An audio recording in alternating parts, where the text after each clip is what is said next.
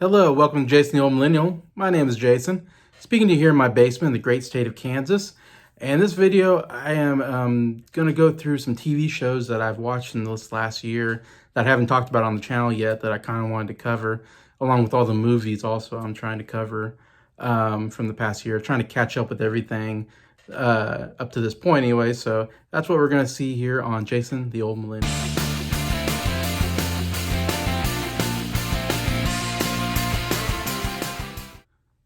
Hello, everybody. Hope everybody's doing well on this Tuesday evening here. Yeah, and so I've been doing this movie gauntlet, trying to go through all the movies of the past year. And I also found that I also watch a lot of TV shows, new TV shows that came out this last year that I haven't fully covered yet. I'd love to give my opinion on here. I'll see how many TV shows I can get through on this video. First show I want to touch on is Kenobi, which I've talked about in a couple of videos already on the channel. After the first 2 episodes, I did a video on it. And then after the 3rd episode, I even did a video on it. And then I decided to wait till all 6 episodes were over with before I'd give another viewpoint. And that was a little while ago. I'm now finally getting to kind of talking about that. And other people have talked about it. Adam from What the Gym did a really good analysis, I think, of all 6 episodes. And I think he covered a lot of the same problems I have with the show. I would say watch his analysis. I think he nailed it on some of the problems with the show. Yeah, for me, I was just this is the most disappointing show of the year for me. I was actually kind of looking forward to it, even though when they first announced Kenobi way back, I was like, why do we need a show about Kenobi covering it? Because I feel in my mind, he didn't really do anything but watch over Luke over the 20 years, whatever, in between A New Hope or Revenge of the Sith to A New Hope. And so I always just kind of imagine he was out there just watching over him. And so then they wanted to make a story where something happens in between, whatever. So it's like, okay. Star Wars hasn't done me wrong yet on the TV shows. Anyways, Disney Plus has done really well with all the TV shows.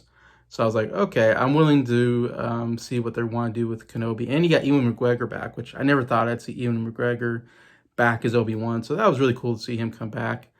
But as I talked about the first 3 episodes, I was vastly disappointed with 3 episodes.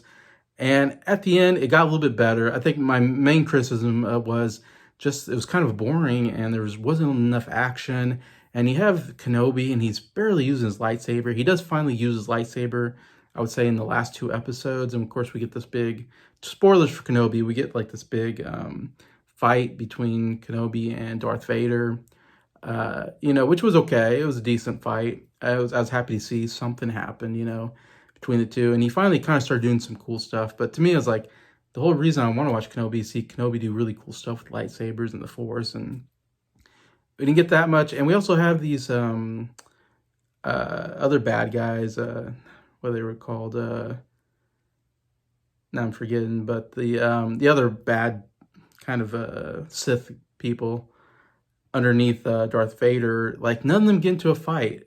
There's we see at least 3 of them, maybe 4 of them. They all have lightsabers, but we get one fight with Reva and Darth Vader at one point, which was okay, but Darth Vader just beat her like she was nothing because he's just way more powerful than she is. But I was like, why can't we get more fight scenes between Kenobi or somebody, between some of the other lightsaber people? Anyways, I don't know. So it seemed like a lot of missed opportunities there. I think that was my main criticism, is just that it wasn't a very exciting show. Like I was hoping it would be like The Mandalorian, I think is. But yeah, so overall, I'd say it was I didn't like the show, and I thought they did a pretty bad job. With a lot of potential for that kind of show. Could have been huge. So yeah, that's too bad for that. I think some of the problems for me that I have is that, one, it didn't feel like they put enough exciting cameos or new characters into the show. I mean, we got young Leia in there, which a lot of people are some thought she's terrible, some thought she was really good and the best part of the show. And I was kind of in between. I'm not real crazy about little Leia. I could have done without her, but in fact, she kind of makes the show a lot a lot tougher, you know. She's somewhat unlikable at times, I should say. That's kind of the way Leia is supposed to be, I guess. But well, and like I said, Adam touched on this, and I think it needs to be touched on that in 6 episodes, it felt like there was at least like 4 filler episodes, which when you have only 6 episodes, that's just not enough time to tell the story. You need each episode to do something really cool. You need a cool ending to each episode that makes you go, oh man, I want to see the next one. And they just didn't do that. It just felt like, oh, this is just a filler episode just to get to the next one until we finally get to the like fifth and sixth one. And then some exciting things happen. But to me, I don't like the idea that we're just going to fill up the time until we get something exciting at the end. It's like, no, I need something exciting every single episode if you want to make a good show. So I thought they did poorly on that.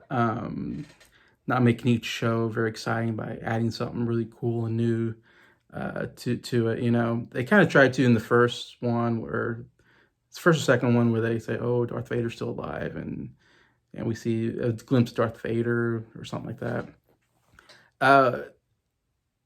Because when you compare it to Mandalorian show, spoilers for that show, Mandalorian season 1, season 2, we get Ahsoka comes in at one point, you know, and that was really cool. Boba Fett comes in, and that's really cool. You know, people from, you know, previous properties that we know about that I wasn't expecting. I was like, wow. And then the big one was Luke at the very end of season 2. Like, I did not see that coming at all. And when he came in, that was so cool. I mean, you need those exciting things like that to come up that you go, oh my gosh, like that took me by surprise. And I was like, that was so awesome. You know, Kenobi never had one of those moments that the Mandalorian had. And even season 2, or even Boba Fett, you had like Cad Bane comes in at the very end, which is like, if you know Cad Bane from the, I think from Rebel series, the Clone Wars series, like that's a pretty cool character to bring into live action. We hadn't seen live action wise. So I was like, wow, that was really cool seeing him come in. So even Boba Fett had some cool moments like that.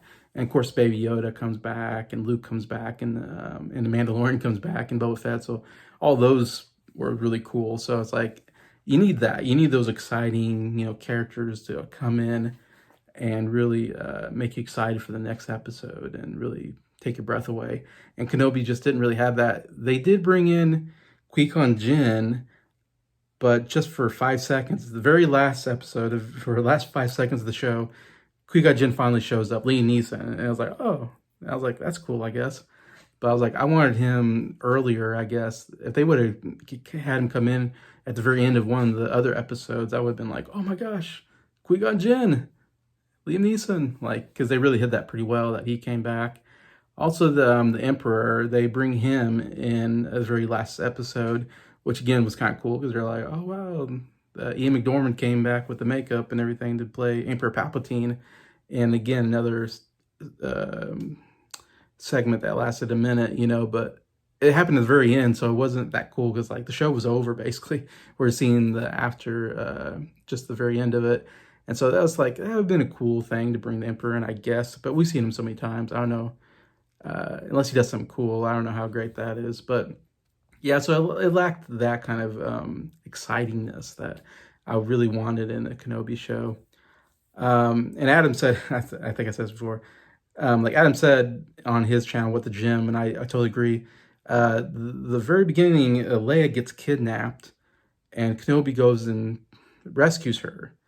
And then the very next episode, she gets kidnapped again, and so it's like 4 of the 6 episodes is just Leia getting kidnapped, and Obi-Wan has to go rescue her. So it's like, I was like, didn't we already do a rescue thing already? Now we're doing another rescue thing. Like, it just felt like they didn't have any ideas. So I was like, let's just have Leia get captured, you know? And so I thought that was bad writing, and just not enough story for 6 episodes just to go, or just have her chase Leia around. And the third really big issue I have with the show is this idea that people get stabbed with lightsabers and then they're still alive.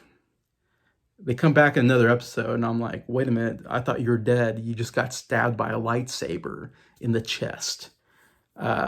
you can stab me in the chest with a knife, maybe I'll survive. But if you have a sword all the way through me, like, I don't know, it'd be hard to survive, I would think, unless you got immediate medical attention. But lightsaber, I don't know. That's another. And that's a whole thing in Star Wars. Of course, people get stabbed all the time, and that's a huge problem with sci-fi. Is killing characters and then have them come back and go, oh, they're not really dead. It's like, I need some people to die. I need some characters to stay dead, and that makes it more interesting. It makes it more stakes. Because if I just feel like anybody could just come back to life, it's like, well, who cares? Death doesn't mean anything. Death needs to mean something. I mean, we even get, of course, in Phantom Menace, Darth Maul gets split in half, and then we have him come back in the Clone Wars cartoons, and he even comes back in the Han Solo movie. So I don't like that. I was like, I just want Darth Maul to be dead. Like, Boba Fett, I'm okay with bringing him back because I can kind of see how he could get out of that situation without dying, but it's another situation. But in the series, Reva, who the very first episode, we see these Jedi kids, and that's all we see, the Jedi kids. Order 66 happens. They escape, I guess. They try to escape, whatever. And there's a little black girl amongst the kids. And a lot of people are saying that must be Reva. It was a Jedi youngling, whatever. And I was like, well, maybe. We don't know for sure. But then they did it, spoilers for the show. They reveal that Reva was one of those little Jedi younglings. So she went from being a Jedi to going to the dark side of the Force, evidently.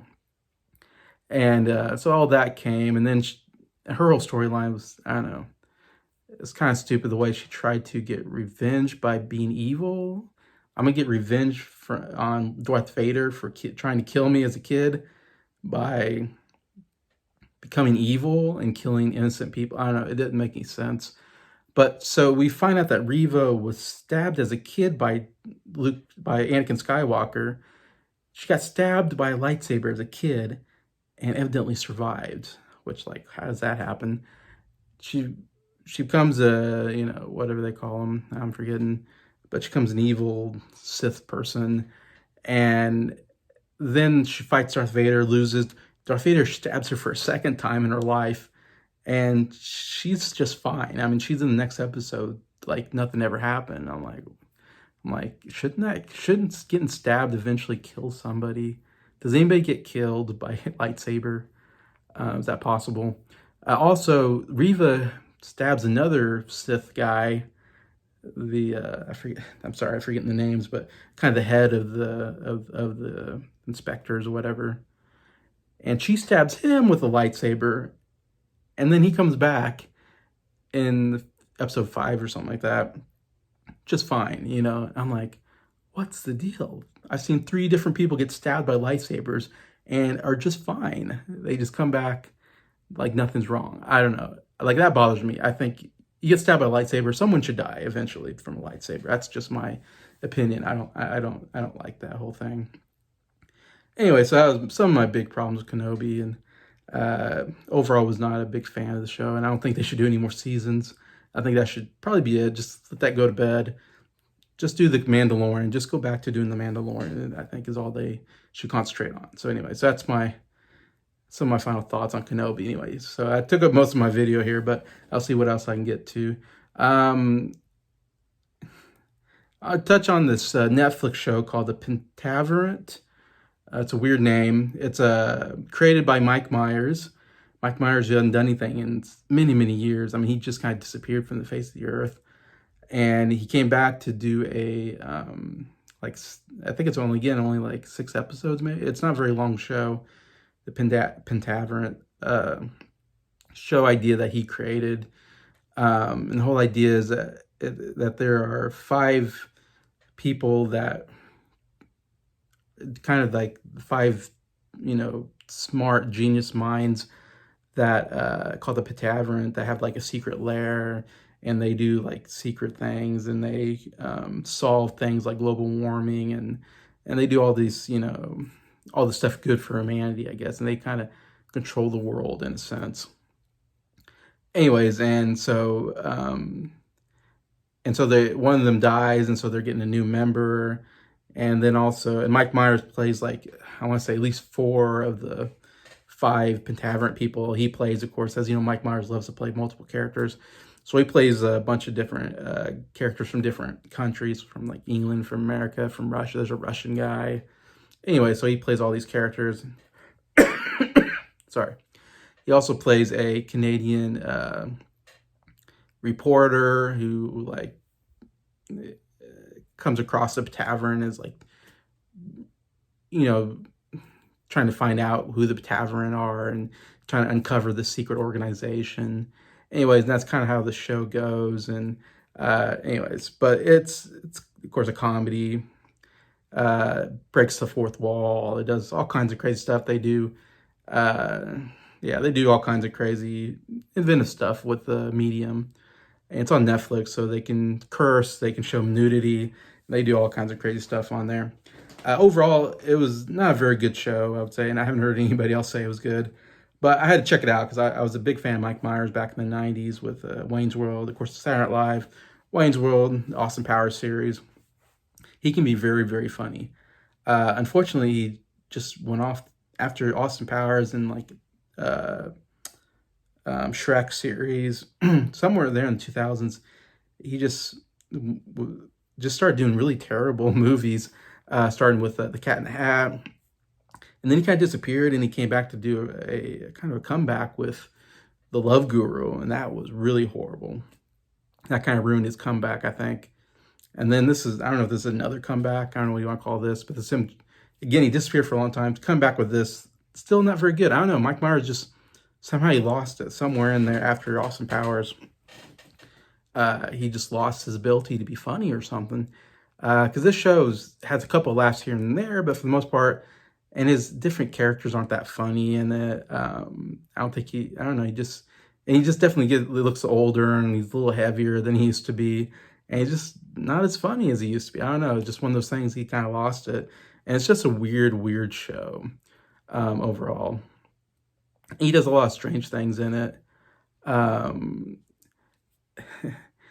he shows, and there's one scene where he goes through this orgy or something like that, and everybody's naked, including Mike Myers, and they show a lot of nudity, a lot of, I mean, it was surprising how much, and a lot of, it looked like Mike Myers, it showed him totally nude from the front, and I'm guessing it was Mike Myers, unless they used a body double, but it's his face and everything. And knowing Mike Myers, he loves to show his body off.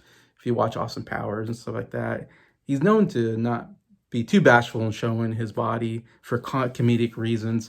And here's another case, but yet it goes way too far. And it's like, Mike, do you have a problem? I don't know if I almost want to say Mike has some kind of, you know, perverted problem where he loves to show his body off and nobody wants to see it.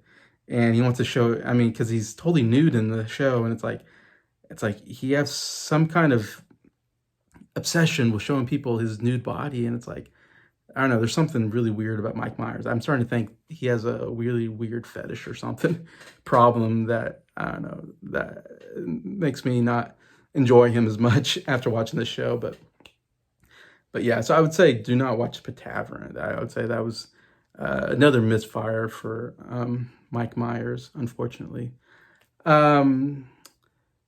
Well, I'm getting kind of close to the end, I think, of this video. I'm getting to 20 minutes, which I like to close at that time. So I only covered 2 TV shows. So, but that's because Kenobi took a lot of time for me to really have to go through anyway. So, so on a later show, YouTube video, I'll go through some more TV shows that I've watched anyway. So, but for right now, that'll be it. So feel free to comment what you think about Kenobi or the Pentavarate if you've seen or heard of it. Yeah, I'd love to see any comments on those. And just thank you to watching this video. Thank you for liking it. Thank you to all of the subscribers for supporting the channel. And I just want to say I appreciate all of you. I hope you have a good day.